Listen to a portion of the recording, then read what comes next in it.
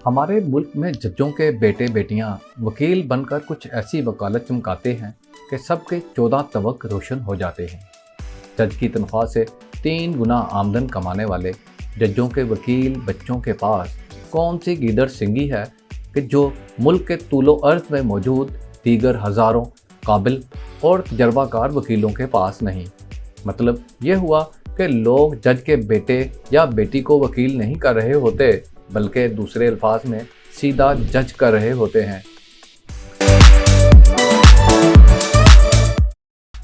दूसरी जानिब भारत की तरफ देखें कि पिछले दिनों भारतीय रियासत मध्य प्रदेश हाई कोर्ट के जज जस्टिस अतल श्रीधरन ने सुप्रीम कोर्ट ऑफ इंडिया से दरख्वास्त की कि उनका तबादला किसी और रियासत में कर दिया जाए। वजह यह बयान की गई कि आइंदा साल उनकी बड़ी बेटी रियासत की डिस्ट्रिक्ट व हाई कोर्ट में वकालत का आगाज़ कर रही है।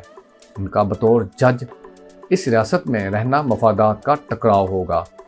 सुप्रीम कोर्ट ने यह इस्तदा मंजूर करते हुए उनका तबादला जम्मू कश्मीर हाई कोर्ट कर दिया है। पाकिस्तान में अगर इसी तरह चलता रहा कि जज का बेटा वकील और फिर बाद में जज बनेगा और जर्नैल का बेटा जर्नैल, ब्यूरोक्रेट का बेटा ब्यूरोक्रेट, तो फिर इस गरीब आवाम का क्या करना है।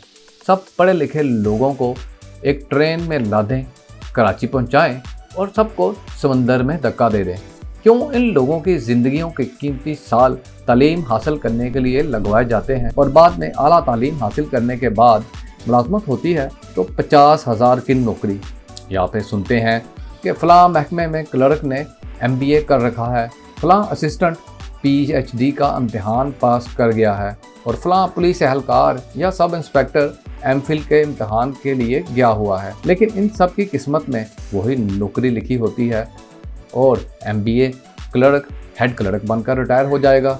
आला तालीम याफ्ता पुलिस एहलकार ASI और सब इंस्पेक्टर बनने तक सिस्टम से इतना तंग आ चुका होगा कि पुलिस की मुलाजमत छोड़कर प्रॉपर्टी डीलिंग का काम बतौर प्रोफेशन अख्तियार कर चुका होगा, क्योंकि इतनी तालीम हासिल करने के बाद वो इस करप्ट सिस्टम में फिट भी नहीं हो सकता।